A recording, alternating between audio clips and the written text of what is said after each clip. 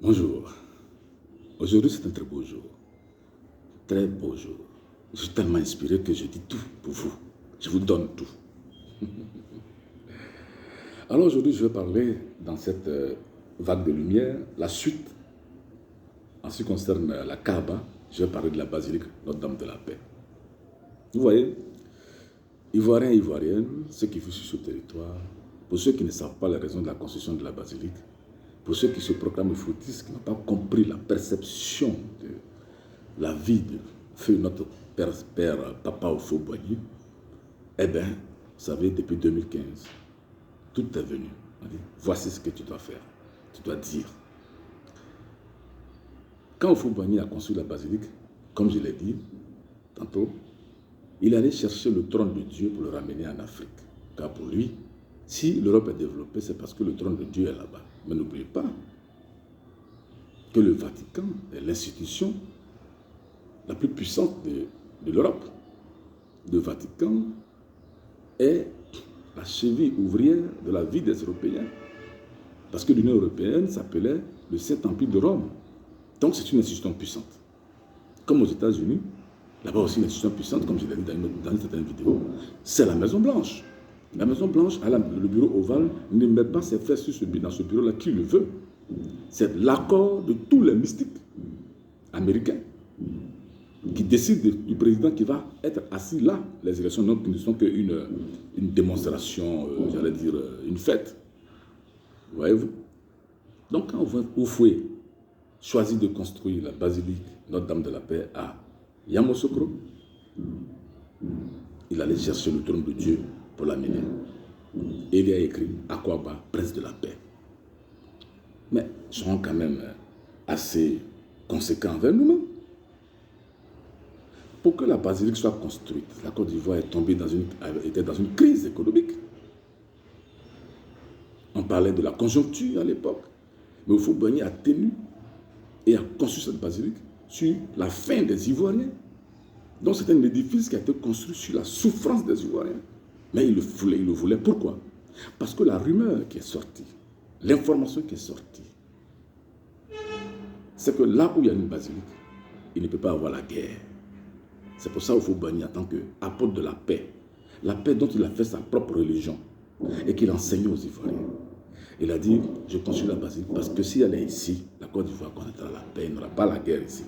Il savait ce qu'il disait, il savait pourquoi il le faisait. Mais de vous à moi, vous qui m'écoutez, est-ce que la Côte d'Ivoire est restée longtemps dans la paix? Il y a eu malheureusement la guerre. Depuis 1999, on rentre en 2000, la Côte d'Ivoire est instable jusqu'à ce jour. Il y a eu la guerre. Il y a eu la guerre parce que Houphouët-Boigny l'avait déjà annoncé que je veux qu'il y ait la paix parce que je ne voudrais pas qu'une seule goutte de sang coule sur cette terre. Il a pris l'adage de la Guénon. Vous comprenez? La basilique Notre-Dame de la Paix de Yamoussoukro, mesdames et messieurs, vous les catholiques qui croyez en Jésus-Christ, eh bien, elle a été crucifiée. Oui, la basilique a été crucifiée. Le sang a coulé. Voilà le problème. Et quand le sang a coulé, la Côte d'Ivoire ne peut plus être stable. Tant et aussi longtemps que la basilique ne soit pas ressuscitée. Donc nous devons passer pour la paix définitive dans notre pays à la résurrection de la basilique Notre-Dame de la Paix de Yamoussoukro. Je suis Ikaï Rama, je ne suis pas chrétien catholique. J'ai fait 25 ans de réalisme et j'ai créé le ougoïsme, la religion sur la base des traditions de mes ancêtres. La religion aux 3 dimensions. Mais ce message que je donne, c'est un message parallèle. On dit, voilà ce qu'il faut faire.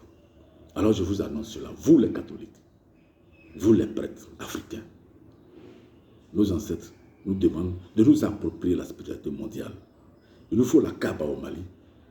Alors, pour la Côte d'Ivoire, il faut ressusciter la basilique. Mais la résurrection de la basilique, qu'est-ce que c'est? Si la basilique est un trône, est le trône de Dieu, et qu'il y a une basilique à Rome, et que sur ce trône-là se trouve quelqu'un, mais pourquoi la basilique de Yamoussoukro, il n'y a personne? Pourquoi il n'y a personne? Houphouët-Boigny attend ça.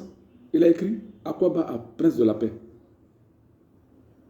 Parce qu'il sait que ces enfants, ces petits-enfants que nous sommes, nous devons nous battre pour que naisse en Afrique un pape, le pape de l'Église catholique pour la paix en Afrique.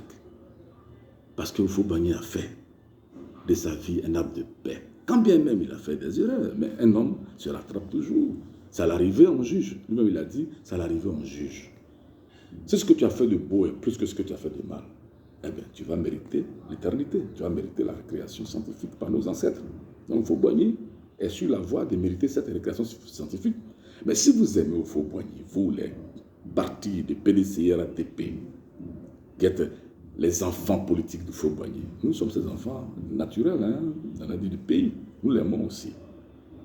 Alors, battons-nous pour la création de la papauté de l'Église catholique pour la paix en Afrique. Et ce pape-là va venir s'asseoir là, afin que l'esprit de Houphouët-Boigny puisse aller dans l'allégresse chez nos ancêtres, le Père Céleste. C'est le message que je peux donner. Je l'ai tellement conservé, j'ai tellement écrit que je n'ai pas de réponse. Alors vous qui allez lire cette vidéo, si vous êtes chrétien catholique, partagez cela. Si vous n'êtes pas chrétien catholique, partagez cette vidéo pour que les dirigeants de l'Église catholique en Afrique puissent comprendre que oui, il y a une symphonie inachevée en Afrique, une symphonie inachevée en Côte d'Ivoire.